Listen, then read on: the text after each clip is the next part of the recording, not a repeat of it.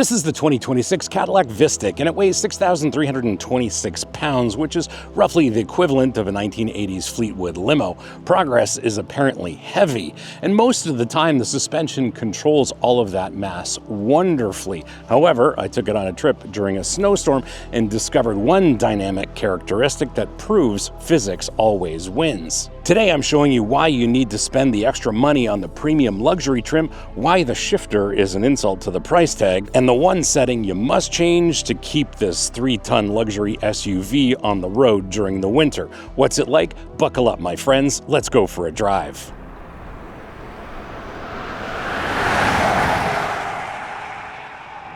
I'm your host, Brian Makse, racer, lover of driving fast, fun things, and on this channel, you get reviews for drivers from drivers. Now, this Vistiq shares its platform with the Escalade IQ, which could mean that you're getting flagship engineering at a discount, or you're paying $93,000 for something else. This rides on GM's Ultium platform, and it puts a 102 kilowatt-hour battery in the floor, which lowers the center of gravity enough so that this doesn't feel top-heavy through corners. That's the engineering story. The ownership story says that in winter like this, range isn't the EPA-rated 305 miles, but closer to 250 miles. Dual motors, 615 horsepower, 650 pounds of torque that hit from 0 RPM. The wheelbase is almost 122 inches, which is longer than most full-size SUVs. Inside, you can't avoid noticing the 33-inch curved display with Google that's built in. On the outside, you can't miss the massive grille.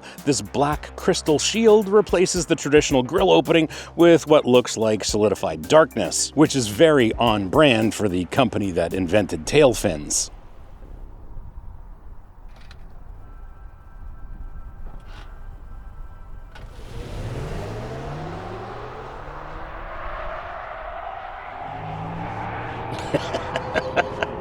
Yeah, you have 615 horsepower at the disposal of your right foot, and here it arrives with the subtlety of a tax audit. And when you floor it from a stop, you approach triple-digit speeds faster than your passengers can actually form complaints. Cadillac quotes a 0 to 60 time of 3.7 seconds with velocity max mode engaged. That's launch control. They just couldn't call it launch control because then they'd have to admit they built a luxury SUV that does what Ferraris did 10 years ago. I think they called it Velocity Max because it sounds like an energy drink for divorced dads, which is probably the target market. Well done, Cadillac. The silence at wide open throttle is a bit unsettling because you think 615 horsepower should probably announce itself. On the other hand, noise cancellation's working overtime because there's no engine noise to mask all the road noise from our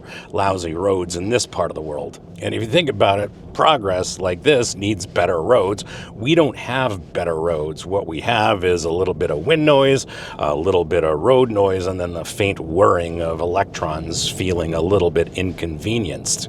The two electric motors split torque delivery between the front and the rear as needed, and it's one of those things you just never need to think about. There are no driveline clunks, there's no hunting for grip, and no delay in torque delivery, and that's the beauty of well-engineered electric motors. Subscribers get notified when new episodes drop on this channel. Non-subscribers hope the algorithm will show it to them eventually. If you want to control when you see new episodes from this channel, well, that's what the subscribe button does.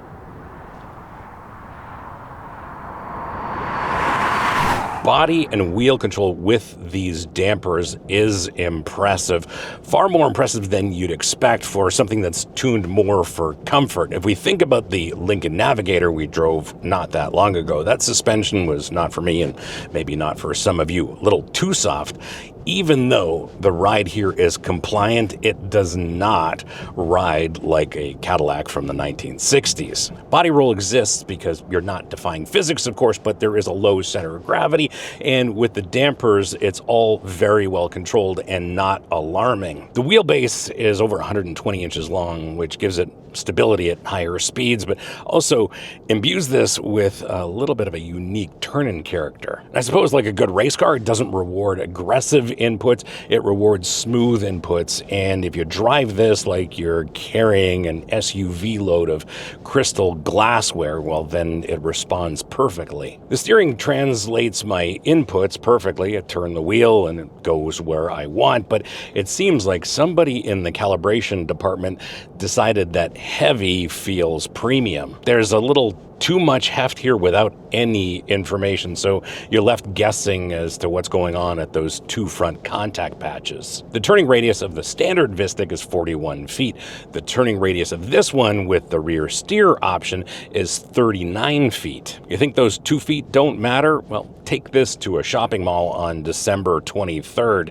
Watch some guy in a RAV4 take the spot you were gunning for because you needed those extra 2 feet. Then tell me those 2 feet don't matter. At highway speeds, the rear wheels steer in the same direction as the fronts for stability, and you'll never feel it, which is the point, because good chassis engineering should be invisible. The brake pedal actually has some progression to it, which doesn't often happen with big EVs like this. Initial bite's quick, it's not grabby, thankfully, and you've got great progression all the way through pedal travel. The Platinum trim comes with 6-piston front calipers. These are the 4-piston fronts, and they're definitely up to the task here. I think the only situation where you'd need those big 6-piston calipers is if your daily commute involved towing a 5,000-pound trailer down a mountain grade. The blending between regenerative braking and actual braking is seamless, and that's the highest compliment you can pay this system. But in low grip conditions, that invisibility vanishes completely. I'm going to tell you a little story. The other day, I was driving on a main road,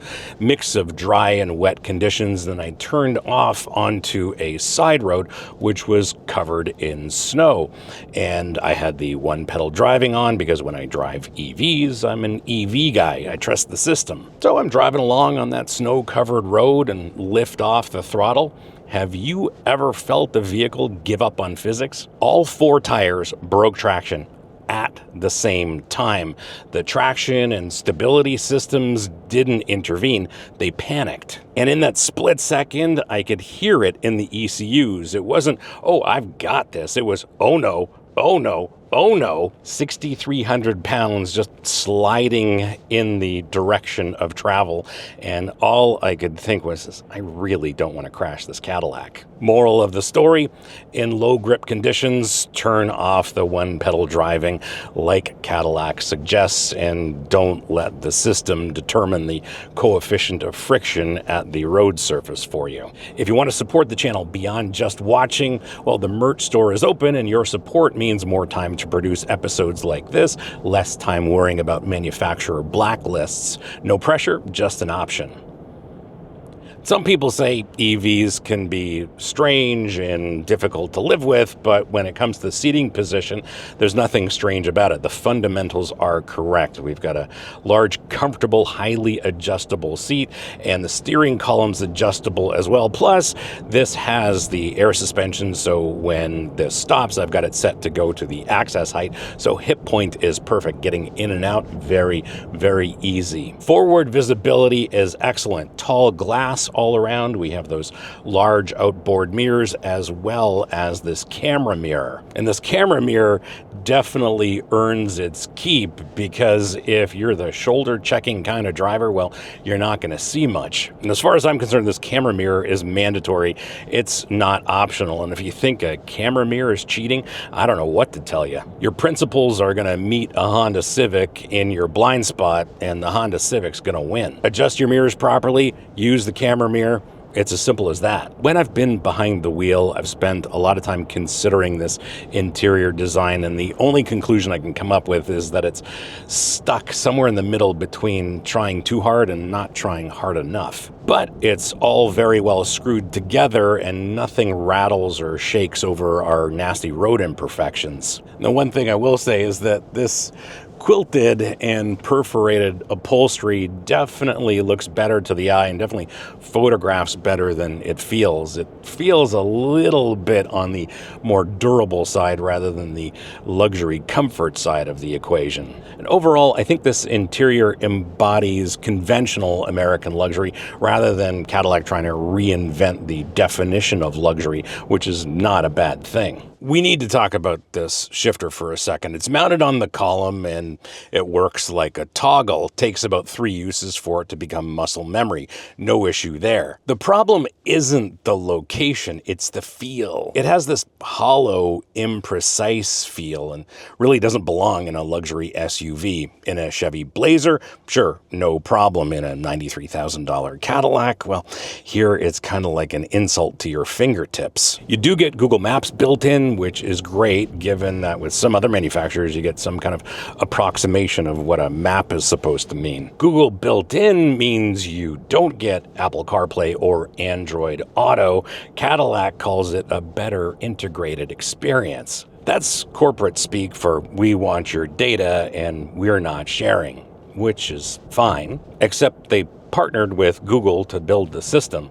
Google already has your data. GM's making sure they get a copy too, so you're paying $93,000 to be the product for 2 companies instead of just one. To me, that's not a luxury vehicle, that's a timeshare presentation you can't leave. And this 23 speaker AKG system, well, I think at some point the number of speakers becomes just marketing, but this system is among the best I've ever experienced and wish I could share it with you. This is a fantastic sound system. Overall storage, cargo carrying capacity falls into the category of they actually thought about it.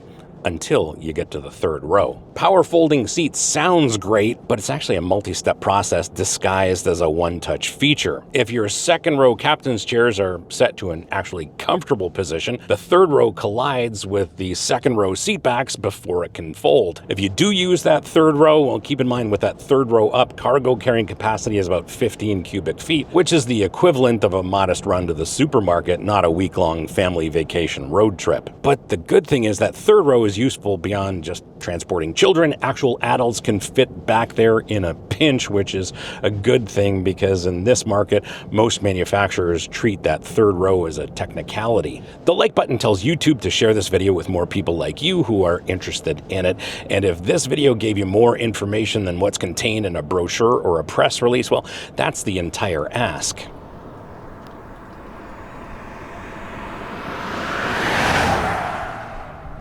So is the Vistiq the sensible choice or the compromise? And the honest answer is both, and that's not a cop-out. Cadillac tuned the standard suspension for comfort over aggression, which means you get a genuine luxury ride that the Escalade IQ sacrifices for its much larger wheel options. This makes sense for the buyer who needs 3 rows, wants electric, and refuses to compromise on refinement. It doesn't make sense for the buyer who's looking for cutting-edge range, maximum cargo carrying capacity, or cares deeply about driving engagement. Vistiq is what happens when engineers optimize for comfort instead of spec sheets. You get a vehicle that's better to live with and worse to brag about. If you're cross-shopping this against the Escalade IQ, most of you don't need the Escalade. Get this in the premium luxury trim for the hardware, skip the base model, and for the love of driving, if you live in an area where you experience winter, get some winter tires. I'm Brian Makse, and that's the 2026 Cadillac Vistiq. Subscribe if you enjoyed this, don't if you don't,